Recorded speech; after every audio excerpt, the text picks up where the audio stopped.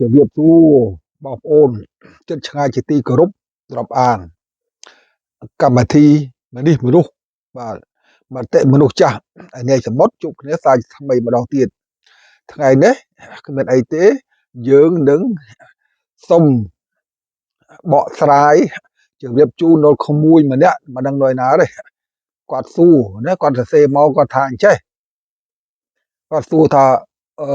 ប្រុសខ្ញុំបាទសុំមួយគាត់សុំសួរណាបាទគាត់និយាយសេសសួរប្រុសខ្ញុំបាទសុំសួរមួយខ្ញុំបាទទៅវត្តលោកអាចារ្យប្រាប់ថាត្រូវថ្វាយបង្គំព្រះស្ដាប់លោកទេសនាថាឪពុកម្ដាយជាព្រះខ្ញុំបាទសុំសួរមួយថាមួយណាជាព្រះអាហ្នឹងបើតាមសំណេររបស់ក្មួយប្រុសណាម្នាក់ហ្នឹងណាគាត់បានសួរអញ្ចឹងកម្មវិធីមនុស្សនៅយើងនៅឯនេះសមុទ្រមនុស្សចាស់ឯនេះសមុទ្រនឹងបកស្រាយជូនជំរាបជូនដល់បងប្អូនពិសេសក្មួយដែលសួរនោះជាទីសម្ដាប់ដូចតទៅបាទឥឡូវយើងបែងចែកឲ្យច្បាស់ថាព្រះនៅវត្តនិងព្រះម៉ែព្រះឪឥឡូវខ្ញុំចង់បកស្រាយអំពីព្រះនៅវត្តសិនតើណាបន្ទាប់មកបានខ្ញុំបាននិយាយពីរឿងព្រះពិតរបស់យើងនៅផ្ទះរឿងព្រះនៅវត្តអាចារ្យគាត់បានឲ្យក្មួយទៅថ្វាយបង្គំព្រះតែគាត់បានប្រាប់ថាថ្វាយដើម្បីអីបើអញ្ចឹងគាត់ឆ្ងល់គាត់ថាគាត់ថ្វាយហ្នឹងដើម្បីអីហើយបងប្អូនខ្លះទៅវត្តហ្នឹងទៅមាត់ជឹមអូយហ្នឹងគាត់ឃើញក្មួយគាត់ឃើញគាត់សួរយាយម្នាក់គាត់សួរថាយាយថ្វាយបង្គំព្រះដើម្បីអីឲ្យបានអីទៅឲ្យលោកយាយធ្វើមាត់ជឹមអូយក្មួយនោះលោកយាយប្រាប់ក្មួយថាក្មួយឯងថ្វាយបង្គំព្រះទៅឲ្យបានសេចក្តីសុខឲ្យរៀនឆាប់ចេះឲ្យសុខភាពល្អអីចឹងណាអាហ្នឹងយាយហ្នឹងគាត់ប្រាប់ក្មួយនឹងអញ្ចឹងដល់អញ្ចឹងគាត់ឆ្ងល់គាត់មកសួរមនុស្សចាស់នេះសមុទ្រអញ្ចឹងបានជំរាបក្មួយថាអញ្ចេះព្រះនៅក្នុងវត្តគឺជាព្រះពុទ្ធព្រះត្រាស់ដឹងព្រះសកលដែលព្រះគ្មានថាបុគ្គលណាប្រៀបបានប្រាជ្ញាបានដោយព្រះពុទ្ធលោកត្រាស់ដឹងទេណាគឺព្រះហ្នឹងគឺព្រះសកលយើងគោរពទូទៅទាំងម៉ែអូពុកម៉ាកុងនិយាយតាមម៉ាកុងយើងទាំងអស់គឺគោរពទាំងអស់គ្នាបាទអំពីដែលព្រះនៅក្នុងវត្តព្រះពុទ្ធឬព្រះបដិមាករសូមជម្រាបក្មួយថាអញ្ចេះព្រះហ្នឹងគឺជាព្រះបដិមាករដែលគេសាងសង់តំណាងដល់ព្រះពុទ្ធដែលលោកបានប្រេតនិព្វានទៅចំនួនជិត 3000 ឆ្នាំទៅហើយណាប្រេតនិព្វានហ្នឹងគឺស្លាប់ណាក្មួយណាបាទស្លាប់ជិត 5000 ឆ្នាំជិត 3000 ឆ្នាំទៅហើយលោកអត់មាននៅសេសសល់អ្វីដល់យើងទៀតទេមានតែអំពើល្អដែលលោកខំប្រឹងរពោធិញ្ញាណដើម្បីរកត្រាស់ដឹងធ្វើនៅអំពើល្អឲ្យយើងគោរពតាមអំពើល្អលោកខំប្រឹងប្រែងស្វែងរកអ្វីដែលល្អឲ្យមនុស្សលោកនោះស្វែងយល់ឲ្យមនុស្សលោកធ្វើតាមឲ្យបាននៅសេចក្តីសុខនេះហើយដែលយើងទៅថ្វាយបង្គំព្រះដើម្បីតបស្នងសងគុណដល់ព្រះពុទ្ធព្រះបដិមាករនោះបានជាព្រះរបស់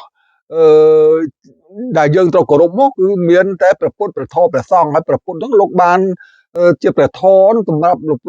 លោកបរិនិព្វានទៅមែនក៏តែលោកនៅព្រះធម៌នៅកម្ពីលោកឲ្យយើងគោរពតាមអ្នកណាធ្វើល្អបានល្អអ្នកណាធ្វើអាក្រក់បានអាក្រក់អញ្ចឹងណាបើអញ្ចឹងគាត់ក្មួយទៅតែគោរពទៅហើយនឹកគុណមិនមែនថានឹកគុណព្រះបើពេលណាទៅថ្វាយបង្គំព្រះដូចយាយនឹងគាត់ថាឲ្យបានសេចក្តីសុខឲ្យបានសេចក្តីសុខលុះត្រាតែយើងធ្វើអំពើខ្លួនយើងឃើញព្រះណាឲ្យបានសេចក្តីសុខបានទេណាយើងធ្វើអ្ហ្មិចយើងគោរពទៅតាមឱវាទគោរពតាមនៅព្រះធម៌ព្រះពុទ្ធនឹងលោកប្រាប់ថាបើចង់ឲ្យបានសេចក្តីសុខយើងត្រូវថែរក្សាខ្លួនឈឺទៅពេទ្យទៅគឺត្រូវស្រាក់ថ្នមខ្លួនសុខភាពយើងទៅហើយកុំទៅចាក់រុកបុកសំណិញឬក៏ជេរវាយកាប់លួច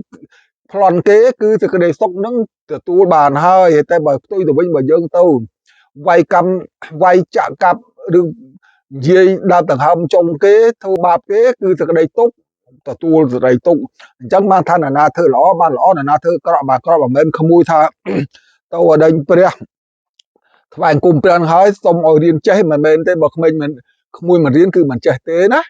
ព្រះមានរៀនឲ្យយើងរៀនជំនួសយើងទេហើយឲ្យយើងចេះទេមិនមែនទេបើយើងមិនរៀនគឺមិនចេះហើយខំប្រឹងប្រែងអ្នកខ្លះសុំឲ្យរៀនឆាប់ចេះអញ្ចឹងតែយើងមិនប្រឹងគឺមិនចេះអ្នកខ្លះបានឲ្យបានមានបានបើមិនយើងមិនប្រឹងប្រែងរកខ្លួនយើងទេ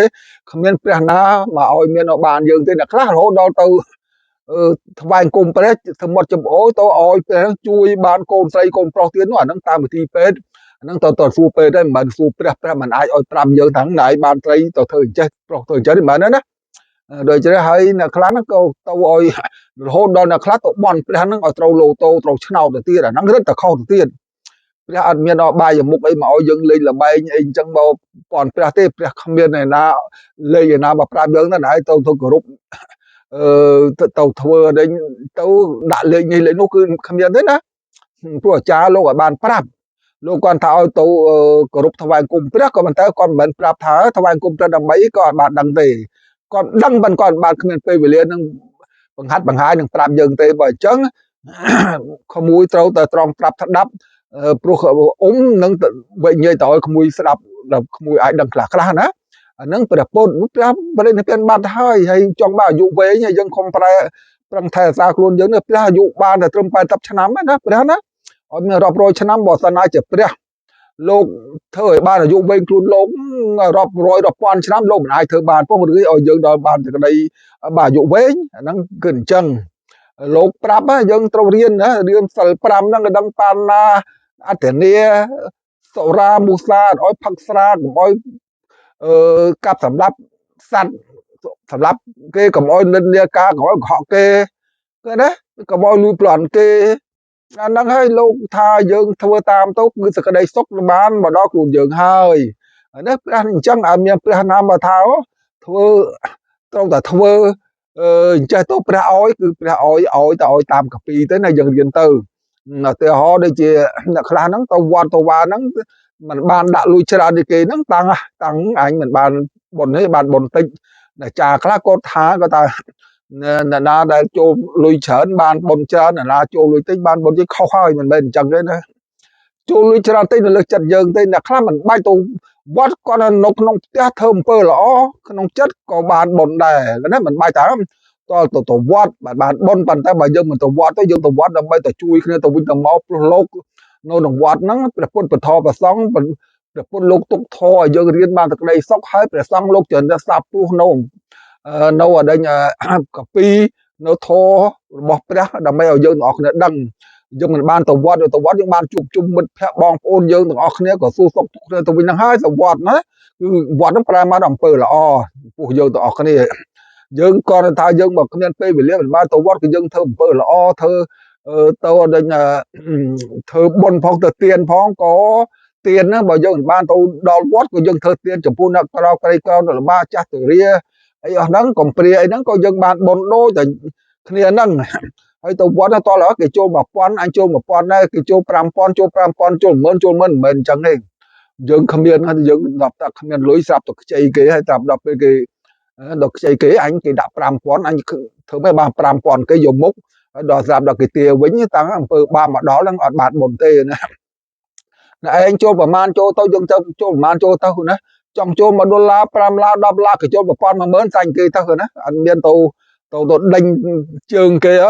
ទៅតាមគេចូលប្រមាណយើងចូលប៉ុណ្ណឹងតាមអត់បានអញ្ចឹងណាសូមជម្រាបជូនហ្នឹងបងប្អូនណាត្រូវមកច្បាស់ហើយដូចខ្ញុំបានថាបុណ្យទៅព្រះហ្នឹងគឺព្រះសកលលោកបានបរិនិព្វានស្លាប់បាត់ទៅហើយដូច្នេះនៅតែវាទនៅតែធម៌របស់ព្រះពុទ្ធទេដែលយើងខំទៅប្រតិបត្តិណាធម៌របស់ព្រះពុទ្ធហ្នឹងធ្វើឲ្យបានល្អបានខ្លួនយើងមិនមែនទៅបន់ព្រះឲ្យបានសេចក្តីសុខឬក៏បាននេះបាននោះមិនមែនអញ្ចឹងទេព្រះគ្មានអីឲ្យយើងទេមានតែកាពីបើតែឯងចង់បានសេចក្តីសុខមើលក្នុងកាពីតែរៀនតាមមកព្រះទុកឲ្យតែធ្វើគឺបានសេចក្តីសុខហើយអាហ្នឹងព្រះក្នុងវត្តគឺអញ្ចឹងបាទគុំលុបលន់លួចលាក់ណាទៅគេងមកវាញ់គេអីហ្នឹងហើយអាហ្នឹងអំពើបាបព្រះលោកថាអញ្ចឹងយើងធ្វើទៅអាហ្នឹងដែលយើងខំប្រឹងប្រែងទៅរំបូជាថ្វាយគុំព្រះក៏ដើម្បីតបស្នងសងគុណរបស់លោកអញ្ចឹងមិនមែនទៅវត្តដើម្បីតតែប្រគេនលុយលោកច្រើនតម្រាំនេះគេធ្វើអីណាចង់ចូលច្រើនបានបុណ្យមិនទេ$1ដូច1000ដូច10000ដូចមើលតើតែយើងចូលតិចពេកទៅលោកមិនមែនជាអ្នក ទៅធ្វើរោងចក្រឬធ្វើស្រែចម្ការណាលោកបានពីណាចាយព្រោះលោកជាមនុស្សដែរណាគាត់ថាលោកជាឧត្តមភេទតែពេលណាលោកលះបង់លោកពាក់ស្បង់ចពោអាវខោអាវព្រះហើយលោកឧត្តមភេទទេយើងជាហិនភេទឧត្តមភេទលោកកាត់លះបង់លោកមិនមានប្រព័ន្ធកូនលោកមិនមែនធ្វើការធ្វើងារអីទេដូចយើងទេហើយបើយើងចូលបន្តិចបន្តួចឬក៏មិនចូលសោះលោកបានពីណាដូច្នេះបើលោកគ្មានលោកក៏សាសនាបានលូតលាស់ដែរតើមានលោកអញ្ចឹងណាយើងទៅវត្តក៏គ្មានលោកយើងធ្វើបានក្នុងចិត្តយើងធ្វើកើតទេថាគ្មានអីអស្ចារ្យយើងមើលទៅបើគ្មានលោកបើមានលោកហាក់បីដូចយើងចិត្តយើងរំភើបដើម្បីថាប្រពុតពធប្រសំយើងសប្បាយរីកក្នុងចិត្តហ្នឹងឲ្យបុណ្យអញ្ចឹងមិនមែនបុណ្យកើតឡើងពីតចូលប្រាក់10000 5000ទៅវត្តទេមិនបានទៅក៏បានមិនបានចូលច្រើនក៏មិនជាអីដែរជាការជួយជាសាមគ្គីគ្នាទៅវិញទៅមកទេណាដើម្បីជួយគ្នាអញ្ចឹងអានឹងហើយគេថាព្រះនៅក្នុងវត្តព្រះសកលនោះក្មួយណាអាហ្នឹងគឺវាអញ្ចឹងហើយព្រះសកលគឺគោរពទាំងអស់កណ្ដាលគោរពណាដាច់តែថៃមន្ត្រីអ្នកមានអ្នកក្រគឺគោរពព្រះសកលទាំងអស់គ្នានឹងឯងទិសគោរពដើម្បីតបស្នងសងគុណនៅលោកបានទុកដូចបានបានថាពីមុនអញ្ចឹងណាអញ្ចឹងនឹងយើងមិនបាច់និយាយច្រើនទេរឿងហ្នឹងកុំឲ្យមានវែងឆ្ងាយទៀតឥឡូវយើងចង់និយាយអំពីព្រះនៅក្នុងវត្តដល់ក្មួយថាពេលណាក្មួយទៅវត្តលោកទេសនាថាសូមឲ្យគោរពពុកម្ដាយជាព្រះរបស់យើងហើយក្មេងក្មួយសួរថាតើព្រះមួយណាពិតប្រកប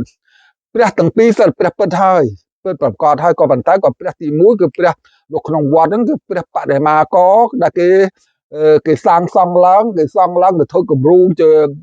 រូបភាពមកទុកតម្កល់ទុកថានេះព្រោះយើងក៏មិនដឹងថាមុខព្រះយ៉ាងម៉េចដែរទាំងអស់គ្នាហ្នឹងណាយើងមិនដែលឃើញព្រះគ្មានបណ្ណាតនព្រះទេហើយបងប្អូនឃើញហើយក្មួយឃើញហើយទៅខ្មែរព្រះរបៀបមុខរបៀបខ្មែរទៅយួន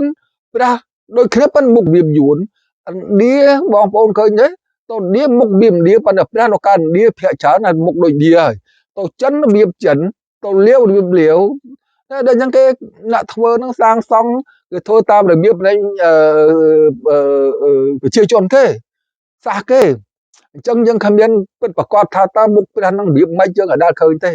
គ្មានដែលឃើញទេរូបបដិមាករនេះដឹកទៅប្រទេសណាគេធ្វើតាមប្រទេសរបស់គេទេបើអញ្ចឹងយើងអត់ដឹងទេគ្មានពីណាមួយតនណាមកជិត3000ឆ្នាំហើយណាបានអាយុ3000ឆ្នាំគឺគ្មានទេហើយពីដើមមិនមានវីដេអូមានរូបថតណាសម្រាប់ឲ្យយើងមើលទៅគឺគ្មានដល់អញ្ចឹងទៅមិនដឹងថាមុខព្រះយ៉ាងម៉េចទេប៉ុន្តែភាគច្រើនមុខព្រះឥណ្ឌាដូចឥណ្ឌាដោយសារលោកព្រះនៅចាប់បដិសន្ធិក៏កើតឡើងនៅប្រទេសឥណ្ឌាហើយយើងទាំងអស់គ្នាគឺបានណាខ្សែភេមកដល់ប្រទេសយើងលើពិភពលោកនេះបើតាមពិតលោកនៅជាសញ្ជាតិឥណ្ឌាទៅណាបងប្អូនណាបាទណាបើអញ្ចឹងបងប្អូនក្មួយសួរហ្នឹងគឺតាមត្រូវហើយអាចារ្យលោកមិនបានប្រាប់ហើយលោកគ្មានពេលប្រាប់ផងលោកដល់អញ្ចឹងអាចារ្យទៅប៉ុណ្ណឹងហើយយើងនិយាយអំពីព្រះព្រះពិតរបស់យើងព្រះឥឡូវយើងត្រឡប់មកពីព្រះម៉ែព្រះអូក្មួយស្ដាប់លោកសង្ឃថាត្រូវតែគោរពណានៅគោរពម៉ែព្រះអូយើងព្រះលោកក៏បានចារទុកដែរទុកហើយនឹងអ្នកប្រាជ្ញធំកំពូលពិភពលោកក៏គេឲ្យឈ្មោះព្រះឲ្យពុកម្ដាយយើង7ចំណុចឈ្មោះ7មិនអស់ចារមិនធម្មតាទេណា7គឺអស្ចារ្យណាស់បាទ7ស្អីទៅ7ទី1គឺព្រះរស់ទី2ព្រះកន្លងទី3ពពៈវាចាណាពពៈចាណាពពៈចាហើយនៅទី4គឺពពៈទេវាទី5ព្រះព្រំទី6ព្រះអរហន្តទី7ព្រះពិតឃើញណាអាហ្នឹងឥឡូវខ្ញុំសូមនិយាយត្រួសបាទត្រួសស្អីទៅព្រះរស់នៅណាព្រះរស់យើងគឺឪពុកម្ដាយរបស់យើងនឹងហើយព្រះរស់ណាបើយើងនៅមានព្រះនៅម៉ែអូយើងហៅព្រះម៉ែព្រះអូយើងពិសេសណាស់ណាដូចដូចអីហ្នឹងអស់មានម៉ែអូយើងហៅហើយយើងក៏ស្ដាយក្រោយដែរដែលយើងមិនដឹងកាលពីដើមក៏យើងមិនបានថែរក្សាម្ដាយពុកយើងឲ្យពេញដៃពេញជើងណាកាលគាត់នៅរស់យើងអាចបានទៅថែរក្សាគាត់ឲ្យបានខ្លាំងក្លាឲ្យបានអស់ចិត្តទេអញ្ចឹងបានយើងស្ដាយក្រោយហើយក្មួយខ្លះដែលមានម៉ែមានអូយើងកុំឲ្យស្ដាយក្រោយយើងត្រូវតែថែរក្សាត្រូវតែគោរពបូជាដល់ម៉ែអូយើងព្រះរស់ហ្នឹងណាដឹងតែព្រះរស់យ៉ាងម៉េចទេគឺព្រះរស់ព្រះម៉ែព្រះអូយើងហ្នឹងនៅរស់ជាមួយយើងរាល់ថ្ងៃហ្នឹង năng hai là bè rùa bà nắng á thì mua vậy thì phí bè cần lòng bè cần lòng cứ giống đi kia tia tia nâng ta so đọc được bốn bằng bay nâng nên so cả lòng với khu sập trô sập chui nấu cả lòng đâu nấu đời so đâu tu tia nâng ta co hãy chồng cua phụng mà đài dân người trong đây miền bê đầm bô miền cần lòng cứ con đó chẳng nhận trô trung bay bay thay là xa chi của phép cao rồi nó là bỏ dưỡng bà ở ban rung rung phục quốc bài đi dưới ấy sẽ cái đây sốc miền ta có là cục cồn và lời dưỡng đã khăng đã chui đã trô giờ nó cứ việc lòng đó ấy phong pe trà cái phong pe trà nó cứ chả cha cao mau nó không nhận là thế miền tạm mai âu dữ nó đăng tầm riêng hộp bài riêng sai riêng ở đây như ở chơi dây riêng ở thùng bơ ló cứ miền tới à cha nó ấy à cha thì mùi nó à cha thì mùi nó hơi cứ à cha nó trong cha dân hết cứ cướp về lia cướp mau bên na có à cha nó sập đây bắt đầu dân ở thùng bơ ló hộp bài chứ ra tổng phép thay sao tổng phép để chẳng tới nó cứ à cha nó trong cha nó cứ miền ở đây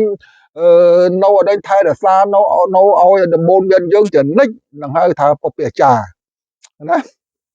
hay tí bốn bọc bẹ tê về bây giờ lo cho mua thà bọc bẹ tê về cứ tê vả đà bọc bẹ tê về cứ tê vả đà cứ nè khla sọc chân tông bon tê vả đà than lơ than cào na không nhận tê vả đà lụng những bon đã khơi chụp đấy lư lư cái thà đây đồn ta mà con lừa tê vả đà nắm năng tê vả đà đòi nà pháo nông chỉ là thaเปรียวสมานตามគ្នាទៅណាគ្មានទេវតាណាយើងខ្លួនយើងតែធ្វើអំពើល្អនឹងហើយមិនលួចមិនប្រន់នឹងកាប់សម្លាប់មកធ្វើតែសក្តីសុខទៅដល់អ្នកដតីនឹងហើយគេទេវតាគ្មានទេវតាណាទេវតាពិតប្រាកដគឺម៉ែឪយើងឯងថែរក្សាយើងគ្រប់ពេលវេលាថាយប់លុបពេលថ្ងៃឬក៏ពេលណាទេវតានៅតែថែរក្សាឃើញទេដល់ពេលណាដែលយើងរៀបឈឺស្កាត់ឬក៏មានគេចាប់ចងឬក៏មានmẹ son ấy ô mẹ ôi chui phong đó tê đa mà dương hơi nó tê đa bao dương hơi đó cứ group cúp về lia còn nó thay xa mơ dương cúp về lia nó hơi nó cúp tê về đó nhưng giờ tru hơi mua tiết thì pram cứ pram gần đây tha việc buộc việc thôm việc khăng chân tê đa để tiên pram nó cứ cứ pram một bốn đây vào mán đó cứ cho nó đôi sang cúp tư tiền nó lô không prang thay là xa dươngมันทาเฉวงสะดำเลือกเรามือกรุบจุงโจยต้องเอาลูกคอมปรังปลายมือนั่นเป็นปรุงเหี่ยวทอบุญนะเมตากระนำบุญตาไปขานะคือทำบุญต่างบุญต้องกอดคอมจุยปรังปลายปรับยืงเธอสกรรมเพียบเอายืงมาจากในซอกกึ่งจังนะนึกคือถ้าแบบปรุงหายมวยเทียคือตีผมมวยคือแต่ละหอนนะโลกมันทาตรึมแต่ปุ๊บโลกตาโลกดอกแต่ละหอนนะทีเนาะrồi sai đưa xa việc